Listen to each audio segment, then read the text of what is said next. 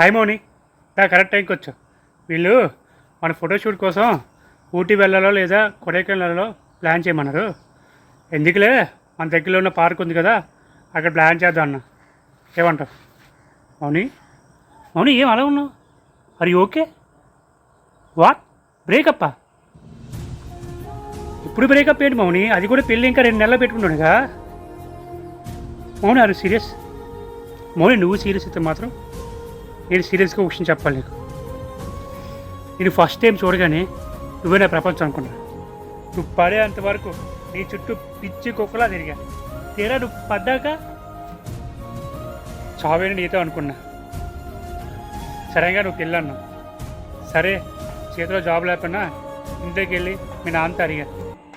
మీ నాన్న ఈ జాబ్ ఉందా, ఈ క్యాస్ట్ ఏంటి, ఈ రిలీజన్ ఏంటి అన్నీ అడిగే.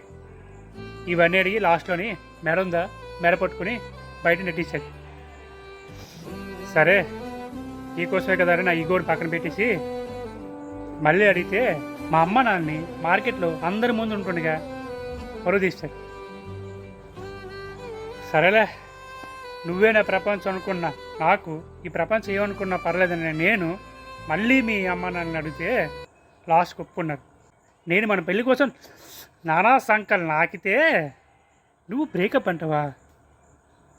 సరే నువ్వు ఏడ కావు, నువ్వు ఏడిస్తే మళ్ళీ నాకు ఏడుపు వస్తుంది. సరే ఇప్పుడు నీకేం కావాలి? నేను నీకు వద్దు అంతే కదా. సరే హ్యాపీగా ఉన్నా, నేను నచ్చినడుతూ ఉన్నా. నీలాగా నేను బ్రేకప్ ముందు ఒకలాగా, బ్రేకప్ తర్వాత ఒకలా మాట్లాడు. వెళ్ళు, నచ్చినడుతూ ఉన్నా. ఏంటి ఇంకా ఇక్కడ ఉన్నావు?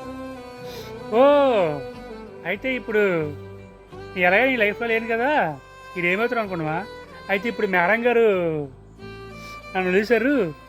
వెంటనే నేను ఇప్పుడు ఏడ్చుకుంటూ ఇంటికి పరిగెట్టుకుని వెళ్ళి తలుపేసి బెడ్రూమ్లో లైట్ ఆపేసి ఓ మూల కూర్చుకొని నా ఫోన్ పట్టుకొని యూట్యూబ్లోని డిప్రెషన్ పాటలు వింటూ, చాలా లవ్ స్టోరీ సాంగ్స్ వింటూ, అవి ఇన్స్టాగ్రామ్లోకి వాట్సాప్లో షేర్ చేస్తూ కింద క్యాప్షన్స్ ప్రేమ అనేది గుడ్డితే, ప్రేమ నమ్మితే మోసపోతాం అనే ఇలాంటి తొక్కలు క్యాప్షన్స్ పెడుతూ ఇన్ని సంవత్సరాలు నేను మర్చిపోలేకపోతానే, ఏం చేయాలా తెలియక పెగ్గ మీద పెగ్గు వేసుకుంటే అయినా సరే నేను మర్చిపోలేకపోతాను. ఏ బ్రాండ్ వాడితే బాగుంటుందా ఆలోచింటే తింతలోపు అమ్మ డోర్ కొడుతూ నాన్న రారా భోంచేద్దామని అంటే, నీ ప్రేమ వల్ల నాకు ఆకలి చచ్చిపోయినా మా అమ్మ ప్రేమ కోసమని వెళ్ళి కడుపు నిండా తిని ఊరి మీద బలాదూర్లా తిరుగుతూ కొన్ని రోజులకి నా ఫోన్లోని ఈ ఫొటోస్ చూసుకుంటూ గడ్డం పెంచుతూ బయట వారి సంగతి పక్కన పెట్టే ఇంట్లో వాళ్ళు ఇది ఏమైపోతారా అనే బాధపడేటట్టుగా నేను తయారవును.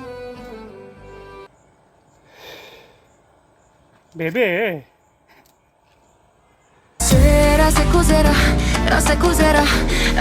బేసిక్గా నేను ప్రాక్టికల్ అమ్మా.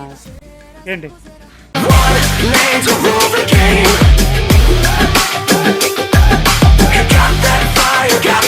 నువ్వు కాదు కదా, నీలా 10 మంది అమ్మాయిలు టపి పని నాకు బ్రేకప్లు చెప్పినా కూడా బ్రేక్ అవున హార్ట్ నాది.